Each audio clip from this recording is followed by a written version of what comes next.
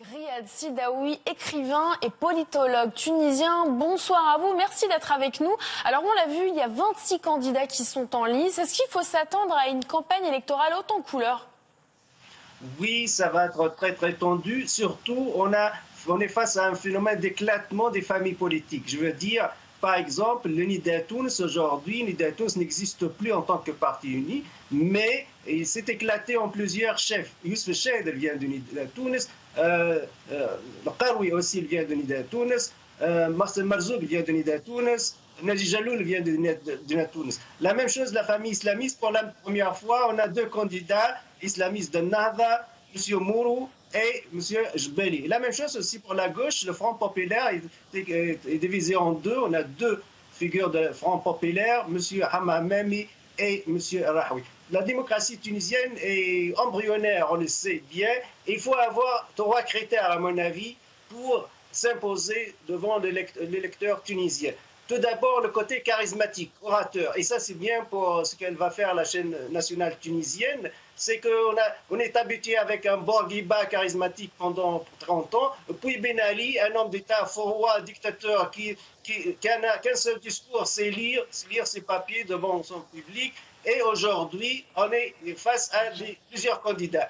Donc, il faut être charismatique et orateur. Il y a certains candidats qui ne sont pas des orateurs, donc ils ne sont pas charismatiques. Donc c'est difficile pour eux, malgré leur histoire, d'influencer et de convaincre l'électeur tunisien.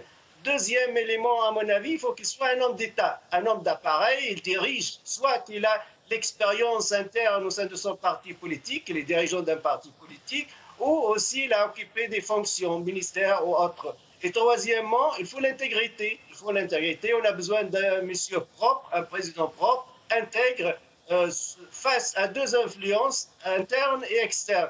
Interne, les hommes d'affaires, on sait bien, jouent un grand rôle en Tunisie. Et externe, oui, malheureusement, l'Arabie Saoudite ou le Qatar. Justement, monsieur Sidaoui, à ce propos, vous parliez d'hommes intègres. Alors, il y a l'homme d'affaires Nabil Karoui qui est le favori des sondages. Il est toujours en détention depuis 3 semaines. Sa candidature n'est pas remise en question par cette arrestation. Comment est-ce que cette situation, elle peut évoluer justement?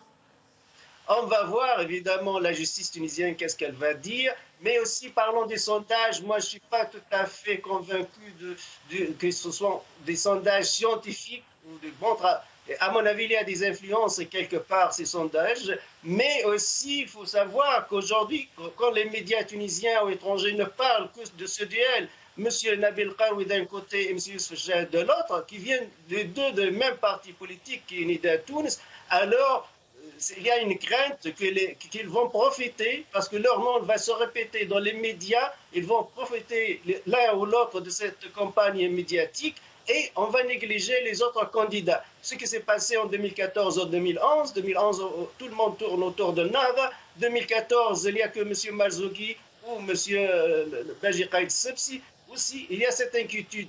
On se focalise trop sur deux candidats et là, on oublie le reste. Monsieur Sidaoui, il va y avoir 3 débats télévisés avant la présidentielle. C'est une première en Tunisie. Est-ce que c'est la preuve que la population tunisienne s'intéresse de près à la politique du pays?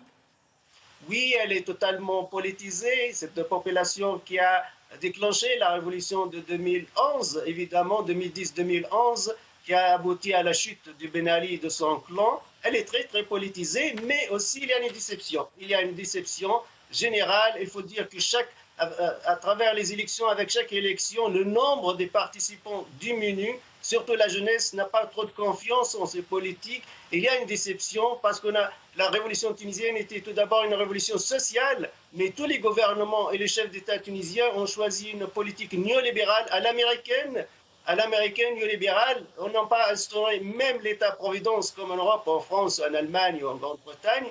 Alors le problème social s'est aggravé. On applique à la lettre les ordres, je ne dis pas les recommandations, les ordres du FMI. Le dinar tunisien perd beaucoup de valeur. La chute spectaculaire du pouvoir d'achat de la classe moyenne. Or, dans mon livre, j'ai dit qu'il n'y a pas de démocratie sans la classe moyenne. S'il n'y a pas de classe moyenne, il n'y a pas de démocratie. Ce sera le mot de la fin, monsieur Riyad Sidaoui. Merci infiniment pour toutes ces précisions. Je rappelle que vous êtes écrivain et politologue tunisien.